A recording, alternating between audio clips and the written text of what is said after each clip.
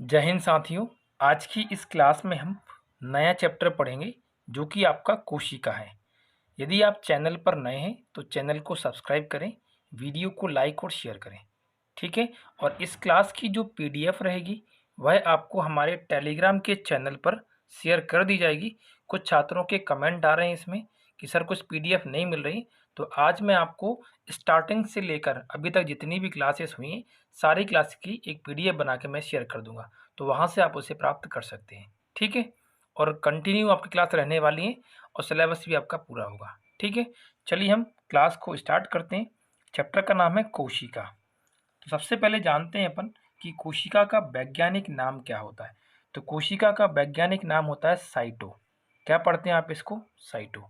आगे है कोशिका का अध्ययन क्या कहलाता है। तो कोशिका के अध्ययन को हम साइटोलॉजी कहते हैं। आगे है कि कोशिका की खोज या इसके जनक कौन है। तो रॉबर्ट हुक नाम के वैज्ञानिक ने कॉर्क के अंदर कोशिका की खोज की थी। और जब ये पहली बार कोशिका खोजी जा रही थी तो कैसी थी वो? मृत कोशिका थी, एक डेड सेल थी, और इसे इन्होंने खोजा था। पेड़ पौधे की जो छाल होती है उससे बनने वाली एक कॉर्क होती है, उसी में इसको उन्होंने खोजा था। आगे है जीवित कोशिका की खोज किसने की थी।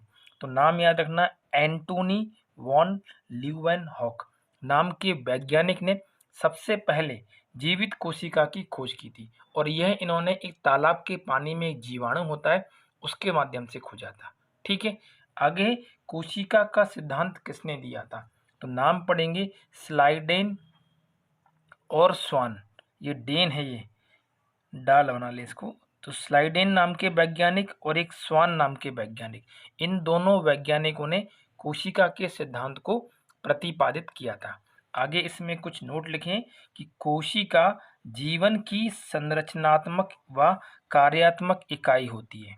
आगे है सभी प्रकार के जीव कोशिकाओं से मिलकर बने होते हैं। तो ये दो बिंदु भी आपको इसमें याद रखना है। चलिए अब आगे जानते हैं हम। इसमें आगे है कि कोशिका के अंदर तरल पदार्थ की खोज किसने की थी? डू जॉर्डिन ने। और ये जो तरल पदार्थ जब खोजा जा रहा था तो उसको पहली बार नाम क्या दिया था? सारकोड। और खोजा किसने था? डू जॉर्डिन नाम के वैज्ञानिक ने। लेकिन बाद में आगे चल के पुरकिंजे नाम के वैज्ञानिक ने इस तरल पदार्थ सारकोड को जीव द्रव का नाम दिया। तो दो तरह से प्रश्न बनते हैं कि सबसे पहले कोशिका के अंदर अर्ध तरल पदार्थ की खोज किसने की। तो नाम याद रखेंगे डू जॉर्डिन। और यदि पूछेंगे कि इसका नामकरण किसने रखा जीव द्रव, तो नाम हो जाएगा पुरकिंजे। आगे है कि कोशिका के विभाजन का श्रेय किसे जाता है। तो एक विरकोव नाम के वैज्ञानिक हैं जिन्होंने हमें बताया था कि कोशिका में क्या होता है? विभाजन की क्षमता होती है, ठीक है। आगे एक और बिंदु लिखा है कि जो रॉबर्ट हुक ने पहली बार कोशिका खोजी थी उन्होंने उस कोशिका को क्या नाम दिया था? कोशा नाम दिया था, ठीक है। अब आगे हैं इसमें कोशिका से जुड़े हुए कुछ महत्वपूर्ण बिंदु जिनके बारे में हम चर्चा करते हैं। आगे है कोशिका शरीर की सबसे छोटी इकाई होती है, ना कि अंग। नहीं तो कई बार छात्र क्या पढ़ लेता है कि कोशिका शरीर का एक अंग है। ये अंग नहीं होती है, ये हमारे शरीर की सबसे छोटी एक यूनिट होती है। दूसरा बिंदु है कि कोशिकाओं में स्व प्रजनन, जिसे आप बोलते हैं सेल्फ रिप्रोडक्शन की क्या होती है? क्षमता होती है। मतलब ये स्वयं से ही 1 से 2, 2 से 4, 4 से 8 क्या करती हैं? प्रजनन करती हैं। आगे है सबसे छोटी कोशिका का नाम क्या है? माइकोप्लाज्मा। और इसका जो आकार है वह 0.1 माइक्रोन के बराबर होता है।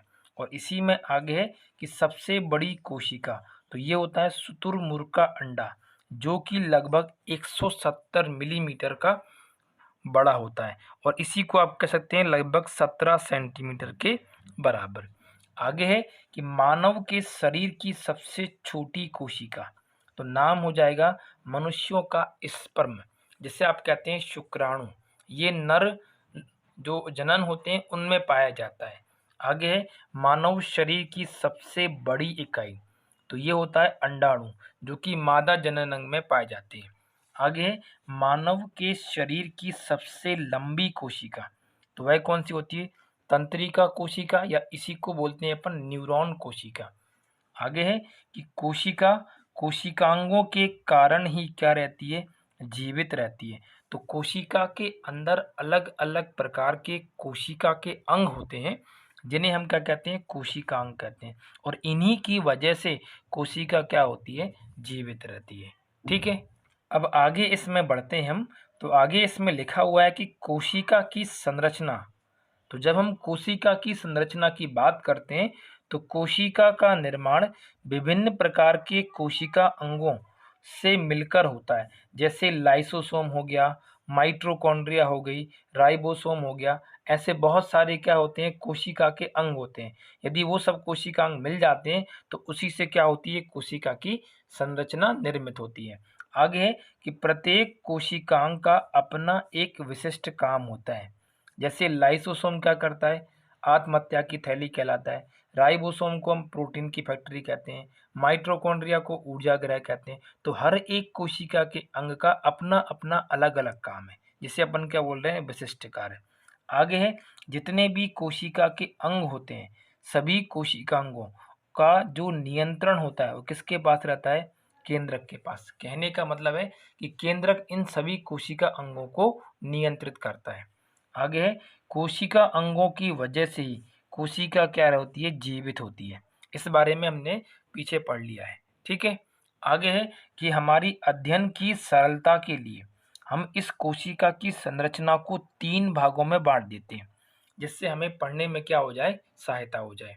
इसमें पहला जो भाग है उसे कहते हैं कोशिका की झिल्ली, दूसरा भाग है कोशिका द्रव्य, और तीसरा पार्ट होता है इसमें केंद्रक।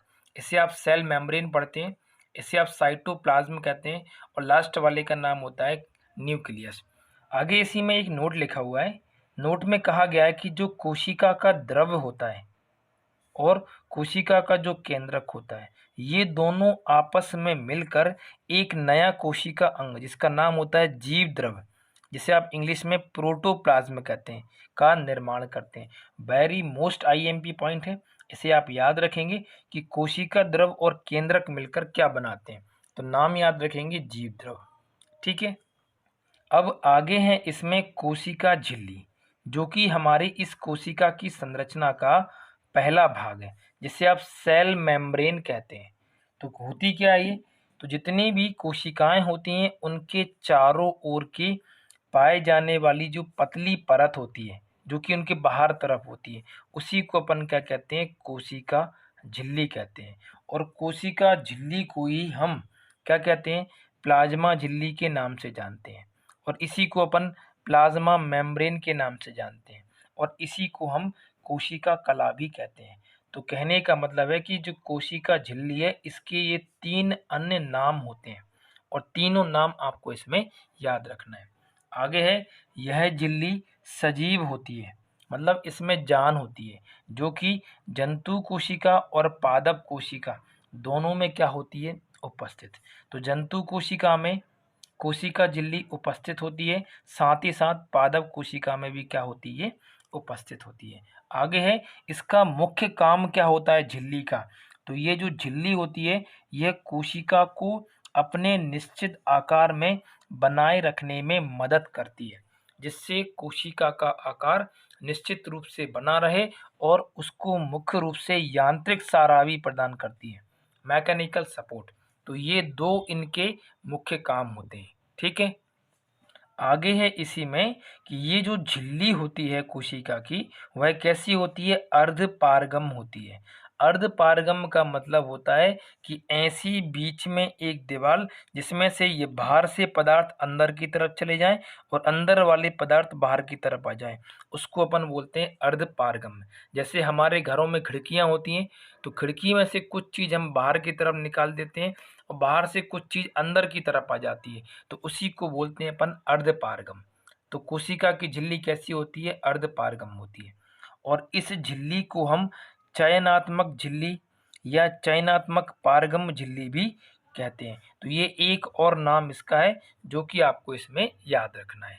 ठीक है, आगे है इसमें कि जो कोशिका की झिल्ली है यह मुख्य रूप से प्रोटीन और वसा को हम लिपिड कहते हैं। ठीक है, इन दोनों से मिलकर ये बनी होती है, इसलिए इसे ही अपन लाइपोप्रोटीन कहते हैं। तो आपको याद रखना है कि कोशिका झिल्ली प्रोटीन और वसा से मिलकर बनी होती है, जिसे अपन लाइपोप्रोटीन कहते हैं। इसे हम इस डायग्राम की सहायता से समझते हैं। ये अंदर क्या है आपकी कोशिका, कोशिका के ये अंदर की परत, फिर एक ये बीच वाली परत और ये सबसे ऊपर वाली परत, तीनों मिलके क्या कहलाती हैं, कोशिका की झिल्ली कहलाती है। और ये जो कोशिका की झिल्ली है ये काय काय से मिलके बनी होती है, एक तो प्रोटीन की बनी होती है और एक काय से बनती है, वसा से। तो इसमें जो बीच वाली झिल्ली होती है कोशिका की ये बनी होती है लिपिड और वसा की, और शेष जो अंदर और बाहर की परत होती है ये काय की बनी होती है, प्रोटीन की। अतः हम इसमें कह सकते हैं कि कोशिका की झिल्ली की कितनी परतें होती हैं, 3 परतें होती हैं। और इन 3 परतों में 2 परतें प्रोटीन की और बीच वाली परत वसा या लिपिड की बनी होती है। तो ये बात आपको इसमें अच्छे से याद रखना है। आगे है इसमें कि जंतु कोशिका के चारों ओर सीलिया और फ्लैजेला और माइक्रोबिली पाई जाती हैं, और इनके निर्माण में कोशिका झिल्ली क्या होती है, सहायक होती है। कहने का अर्थ है कि कोशिका झिल्ली सीलिया, फ्लैजेला और माइक्रोबिली के निर्माण में सहायक होती हैं, और ये तीनों चीजें केवल जंतु कोशिका में ही पाई जाती हैं, पादप में ये नहीं होती हैं। बेसिकली ये होते क्या हैं तीनों, तो इनको कहते हैं अपन रोम या हेयर। तो कोशिका के चारों ओर ऐसे बाल से बिखरे होते हैं, ऐसे इनको कहते हैं अपन सीलिया, फ्लैजिला और माइक्रोबिली। आगे है कि कोशिका झिल्ली में पुनरुद्ध भवन की क्षमता होती है। कहने का मतलब है इसमें विभाजन की क्षमता होती है, 1 से 2 और 2 से 4, जिसको अपन बोलते हैं रीजनरेशन की क्षमता होती है। तो इतने बिंदु हमें इसमें याद रखना है कोशिका झिल्ली को लेकर। चलिए अब क्लास को हम आगे कंटिन्यू करते हैं। आगे है इसमें कोशिका की भित्ति, जिसे आप इंग्लिश में सेल बॉल कहते हैं। तो सेल बॉल जो होती है यह केवल पेड़ पौधों की कोशिकाओं में पाई जाती है। जंतु कोशिकाओं में कोशिका भित्ति नहीं होती है, केवल किस में होती है, पादप कोशिकाओं में। तो पादप कोशिकाओं के चारों ओर पाई जाने वाली मोटी और दृढ़ परत क्या कहलाती है, कोशिका भित्ति कहलाती है। आपने देखा होगा पेड़ पौधों को कभी ध्यान से, ये कोई पौधा है तो इस पौधे के ऊपर वाला ये तना जो है, ये जो मोटी मोटी इस पे छाल लगी है, इसी को अपन क्या बोलते हैं, इसकी कोशिका भित्ति कहते हैं। क्या हमारे ऊपर ऐसा कुछ होता है हमारी त्वचा पे? नहीं होता है।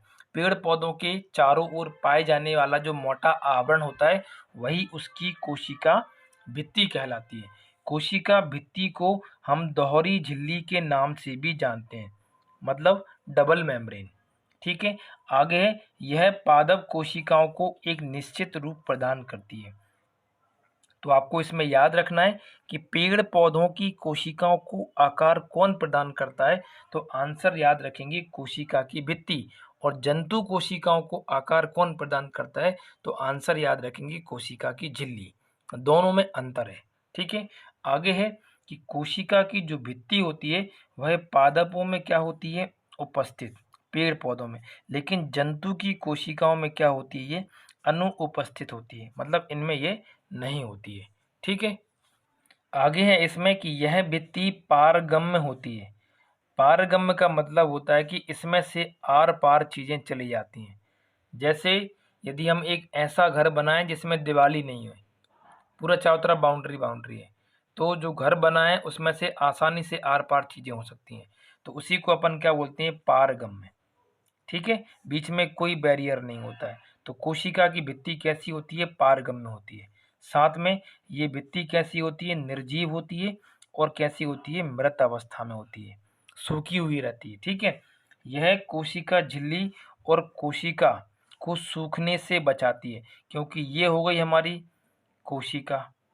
तो कोशिका के चारों ओर जो पाया जाता है उसे बोलते हैं कोशिका की झिल्ली, और झिल्ली के चारों ओर जो पाया जाएगा, इसके चारों तरफ जो पाया जाएगा, इसको क्या बोलेंगे, कोशिका की हम भित्ति। तो झिल्ली के चारों ओर पाए जाने वाले आवरण को हम क्या कहते हैं, उसकी भित्ति कहते हैं। ये अंदर वाली चीज़ों को सूखने से बचाती है।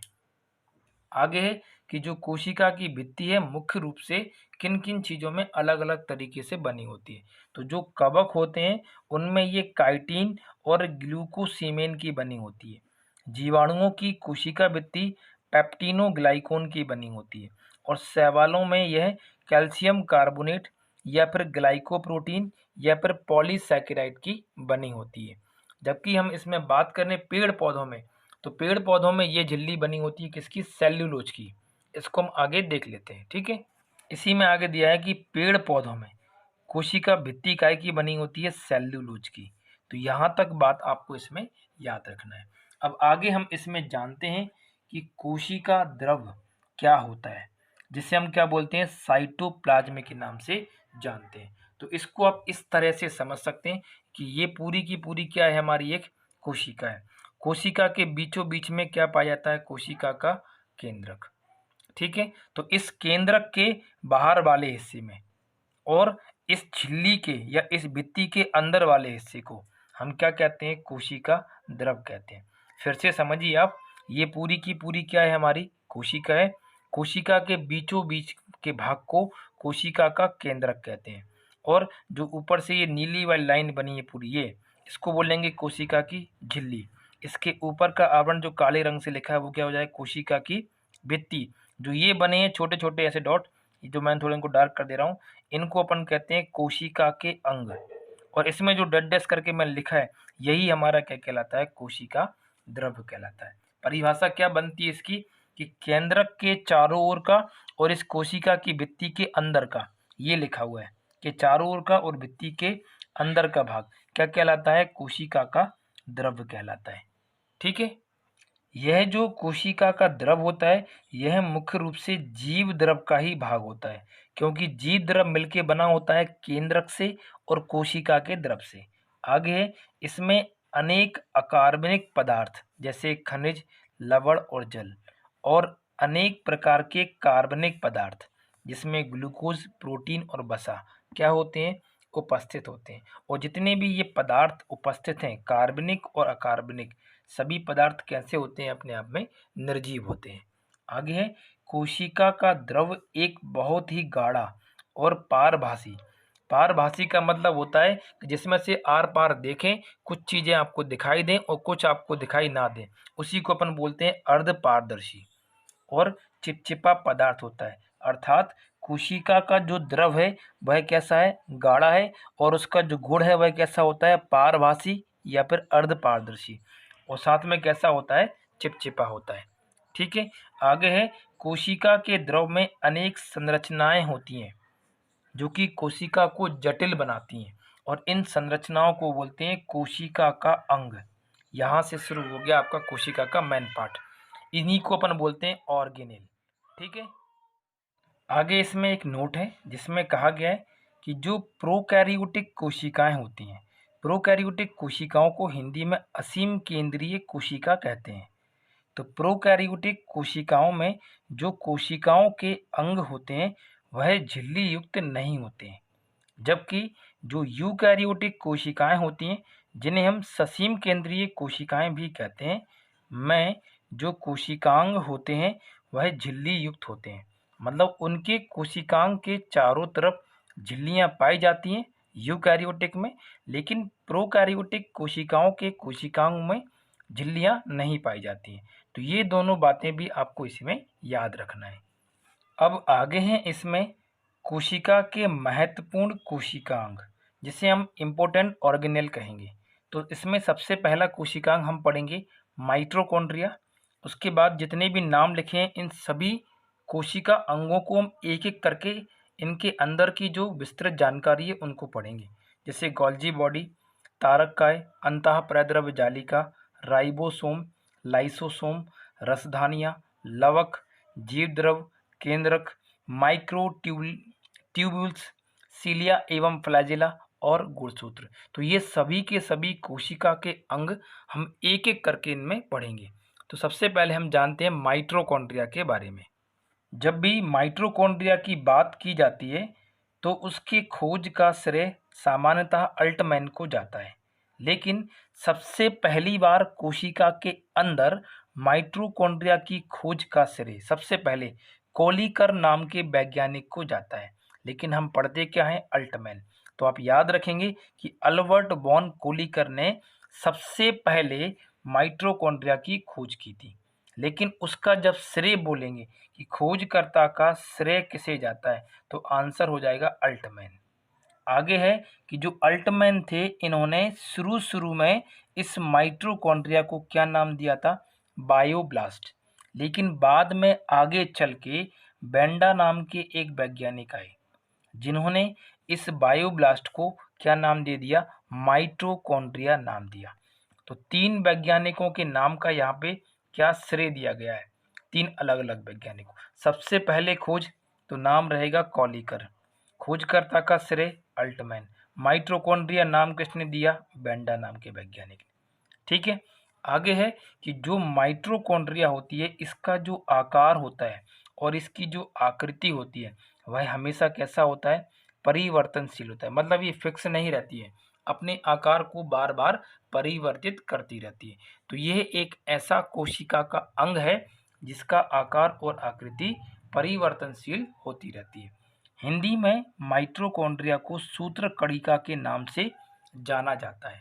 आगे है माइटोकॉन्ड्रिया कोशिकांग दोहरी झिल्ली से घिरा होता है, जिसमें एक बाह्य झिल्ली होती है और एक कैसी होती है, आंतरिक झिल्ली होती है। मतलब इसमें दो दो झिल्लियां होती हैं, जिन झिल्लियों को हम एक डायग्राम की हेल्प से समझते हैं कि ये किस प्रकार से इसमें डिफाइन होती है। तो नीचे इसमें एक डायग्राम बनाया हुआ है मैंने, इस डायग्राम की हेल्प से हम इसको कंप्लीट करते हैं। यहाँ पे ये हमारा पूरा का पूरा क्या है, माइटोकॉन्ड्रिया है। ठीक है, तो माइटोकॉन्ड्रिया की जो बाहर वाली ये परत दिख रही है, इसको आप कहेंगे इसकी बाह्य झिल्ली, और इसकी जो अंदर वाली परत दिख रही है ये वाली, इसको बोलेंगे इसकी अपन आंतरिक झिल्ली। और इस पे ये संरचनाएं निकली होती हैं ऐसी, इनको कहा जाता है क्या, क्रिस्टी। तो ऊपर लिखा है कि माइटोकॉन्ड्रिया की आंतरिक झिल्ली मतलब अंदर वाली में अनेक प्रवर्त संरचनाएं निकली होती हैं, जिन्हें क्रिस्टी कहते हैं। तो प्रश्न पूछता है कि क्रिस्टी किस कोशिका के अंग से संबंधित है, तो आंसर आ जाएगा माइटोकॉन्ड्रिया। आगे है क्रिस्टी की सतह पर F1 कण, F1 कणों को ही ऑक्सीसोम कहा जाता है, क्या होते हैं, पाए जाते हैं। तो क्रिस्टी पर कैसे कण होते हैं, F1 कण, या पर इन्हीं को अपन बोलते हैं ऑक्सीसोम के कण। आगे है कि माइटोकॉन्ड्रिया में क्रेब्स चक्र चलता है। अब क्रेब्स चक्र क्या करता है, माइटोकॉन्ड्रिया के अंदर ऊर्जा बनाने का काम करता है, और क्रेब्स चक्र के दौरान हमेशा कितने एटीपी ऊर्जा बनती है, 34 एटीपी ऊर्जा का निर्माण होता है। ठीक है, आगे है इसमें कि सामान्यतः एक ग्लूकोज के अणु के टूटने से, यदि ग्लूकोज का एक अणु टूटता है तो उसमें से 36 एटीपी ऊर्जा बनती है, और जिसमें से 34 एटीपी कहाँ बन जाती है, क्रेब्स चक्र में बन जाती है। ठीक है, आगे है कि माइटोकॉन्ड्रिया को कोशिका का श्वसन अंग कहा जाता है। ये आईएमपी पॉइंट है, इसको आईएमपी बना के आप लिख लेना कि कोशिका के अंदर श्वसन का काम कौन करता है, तो आंसर हो जाएगा माइटोकॉन्ड्रिया।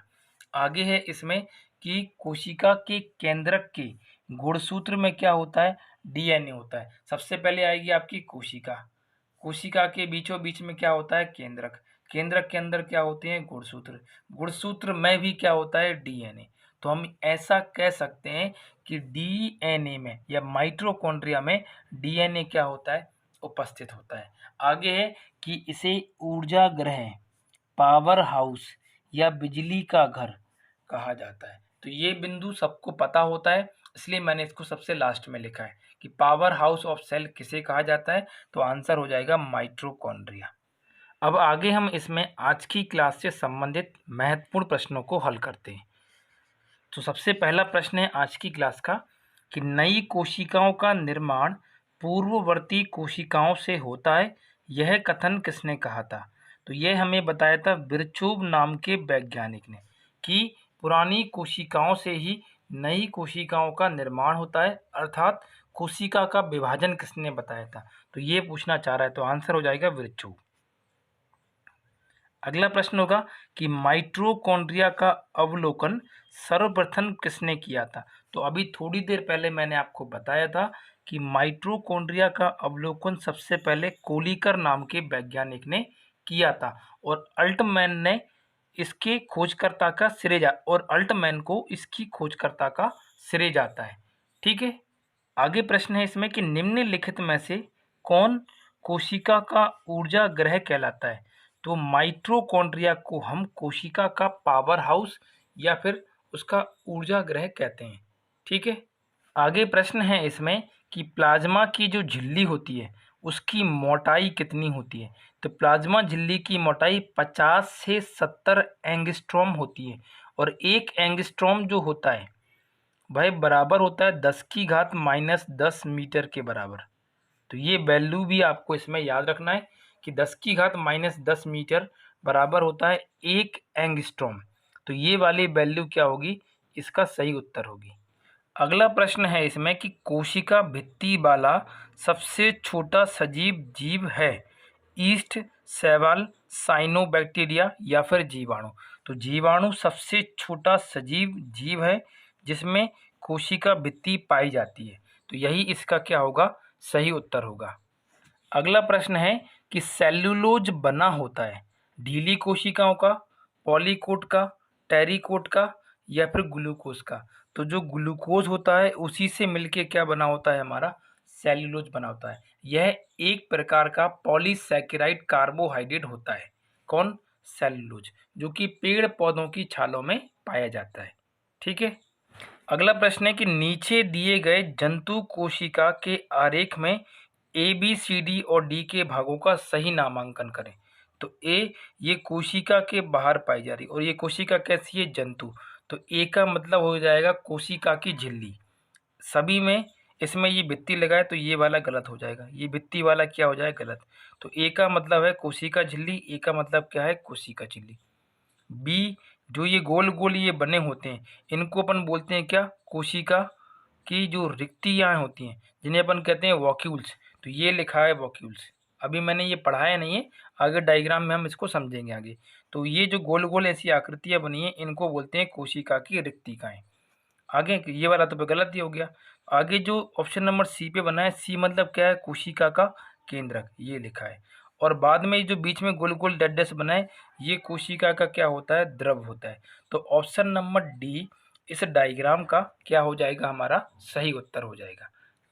आगे है इसमें अगला प्रश्न कि सेल नाम किस जीव वैज्ञानिक ने सर्वप्रथम दिया था। फ्लेमिंग, ल्यूवेनहॉक, रॉबर्ट हुक या फिर ब्राउन। तो रॉबर्ट हुक ने सबसे पहले कोशिका को सेल या कोशा नाम दिया था। तो ऑप्शन नंबर सी इसका सही उत्तर होगा। अगला प्रश्न है कि पादप कोशिकाओं का सबसे बाहरी आवरण कहलाता है। तो पादप कोशिकाओं के बाहर में सबसे बाहर क्या मिलता है हमको, उसकी कोशिका की भित्ति मिलती है। तो ऑप्शन नंबर बी इस प्रश्न का सही आंसर हो जाएगा। चलिए अब हम अगले प्रश्न की तरफ आगे बढ़ते हैं। अगला प्रश्न है कि कोशिका को एक निश्चित रूप प्रदान करती है। तो जो कोशिका की झिल्ली होती है वह उसको क्या करती है, एक निश्चित आकार प्रदान करती है। और यही नहीं तो आंसर क्या होगा, पर कोशिका भित्ति भी हो सकता है, क्योंकि इन दोनों में से कोई भी एक निश्चित नहीं दिया। यदि यहाँ पे जंतु कोशिका होता तो आंसर होता झिल्ली, और यदि यहाँ पे पादप कोशिका होता तो आंसर क्या होता, कोशिका भित्ति। यदि केवल कोशिका अकेला दिया जाए तो उस केस में आंसर हमेशा कोशिका भित्ति होगा। यदि आपसे पूछे कि कोशिका को निश्चित आकार कौन प्रदान करता है तो आंसर सदैव क्या माना जाएगा, कोशिका भित्ति। ठीक है, अगला प्रश्न है कि कोशिकीय श्वसन का सक्रिय स्थल है, मतलब कोशिका में श्वसन की क्रिया कौन करवाता है। तो ये थोड़ी देर पहले मैंने आपको पढ़ाया था कि जो माइटोकॉन्ड्रिया होता है वह कोशिका का एक श्वसन अंग होता है। ठीक है, तो ऑप्शन नंबर बी इसका सही आंसर होगा। अगला प्रश्न है कि 80% से भी अधिक कोशिका में पाया जाने वाला पदार्थ है प्रोटीन, चर्बी, खनिज या जल। तो जितनी भी कोशिकाएं होती हैं उनमें सबसे ज़्यादा मात्रा लगभग 70 से 80% क्या होता है, जल होता है। तो ऑप्शन नंबर डी इस प्रश्न का सही उत्तर होगा। अगला प्रश्न है कि माइटोकॉन्ड्रिया की खोज किसने की, आल्टमैन, डी डुवे, पैलेड या फिर टी बोबरी? तो इसका सही उत्तर हो जाएगा अल्टमैन। चूंकि यहाँ पे कोलिकर नहीं दिया है तो उस केस में आंसर क्या हो जाएगा हमारा? अल्टमैन। ठीक है। अगला प्रश्न है इसमें कि कोशिका भित्ति होती है पारगम्य, अर्धपारगम्य, चयनात्मक या अपारगम्य? तो इसका सही उत्तर हो जाएगा पारगम्य, क्योंकि इसके आर पार चीजें आसानी से हो जाती हैं। तो कोशिका भित्ति हमेशा कैसी होती है? पारगम्य होती है। अगला प्रश्न है कि माइटोकॉन्ड्रिया की भीतरी वलन कहलाता है। तो अंदर वाला जो वलन होता है, जो संरचना होती है, उसे अपन क्या कहते हैं? क्रिस्टी कहते हैं। थोड़ी देर पहले मैंने आपको ये पढ़ाया था। तो ऑप्शन नंबर ए इसका सही उत्तर होगा। अगला प्रश्न है कि माइटोकॉन्ड्रिया किसमें अनुपस्थित होता है? ईस्ट, कवक, जीवाणु या हरे शैवाल? तो ये जीवाणु होते हैं, उनमें माइटोकॉन्ड्रिया नहीं पाया जाता। तो इसका सही उत्तर जीवाणु होगा। अगला प्रश्न है कि जीव द्रव, जिसे आप इंग्लिश में प्रोटोप्लाज्म कहते हैं, शब्द का प्रयोग सर्वप्रथम किसने किया था? तो इस शब्द की जब बात आती है तो पुरकिंजे नाम के वैज्ञानिक ने उस तरल पदार्थ को क्या नाम दिया था? जीव द्रव नाम दिया था। तो इसका सही आंसर हो जाएगा पुरकिंजे। ठीक है। अगला प्रश्न है कि जीव द्रव जीवन का भौतिक आधार है। तो ये बात कहा था किसने? हैक्सले नाम के वैज्ञानिक ने इस बात को कहा था। ठीक है। तो इस प्रश्न का सही उत्तर ऑप्शन नंबर सी हो जाएगा। ठीक है। अगला प्रश्न है इसमें कि निम्नलिखित में से सबसे छोटी कोशिका है। तो जो माइकोप्लाज्मा होती है वह सबसे छोटी कोशिका कहलाती है। तो सही उत्तर ऑप्शन नंबर ए होगा। अगला प्रश्न है कि निम्नलिखित कोशिका अंगों में कौन सा एक अर्धपारगम होती है? तो कोशिका की जो झिल्ली होती है यही कैसी होती है? अर्धपारगम होती है। और कोशिका की जो भित्ति होती है वह कैसी होती है? पारगम्य होती है। तो इसका सही उत्तर ऑप्शन नंबर ए सही होगा। ठीक है। अगला प्रश्न है कि निम्नलिखित पोषकों में से कौन सा एक पौधों की कोशिका भित्ति का एक संरचनात्मक घटक होता है? मैग्नीज, पोटेशियम, फास्फोरस या फिर कैल्शियम? तो इस प्रश्न का सही उत्तर होगा कैल्शियम। पेड़ पौधों की जो कोशिका भित्ति होती है उनका एक पोषक तत्व कौन सा होता है? कैल्शियम। तो इस प्रश्न का सही उत्तर ऑप्शन नंबर डी होगा। चलिए अब हम अगले क्वेश्चन की तरफ आगे बढ़ते हैं। अगला प्रश्न है कि न्यूक्लियस के बाहर डीएनए कहाँ मिलता है? मतलब कोशिका का जो केंद्रक है उसके अलावा और ऐसी कौन सी जगह है जहाँ पर हमें डीएनए देखने को मिलता है? तो ये मिलता है हमें माइटोकॉन्ड्रिया के अंदर। तो ऑप्शन नंबर सी इस प्रश्न का सही उत्तर होगा। ठीक है। अगला प्रश्न है कि एक इमारत में ईंटें जिस प्रकार से महत्वपूर्ण होती हैं उसी प्रकार से जीवों में खालिस्तान के समान है। मतलब ईंटों की तुलना किससे कर रहे हैं? कोशिकाओं से, ऊतकों से, अंगों से या फिर ग्रंथियों से? तो इस प्रश्न का सही उत्तर हो जाएगा कोशिकाएं। जैसे जब हम घर बनाते हैं तो उसकी इकाई होती है क्या? ईंट। जब शरीर बनता है तो उसकी इकाई क्या होती है? कोशिका। तो इस प्रश्न का सही उत्तर हो जाएगा ऑप्शन नंबर ए।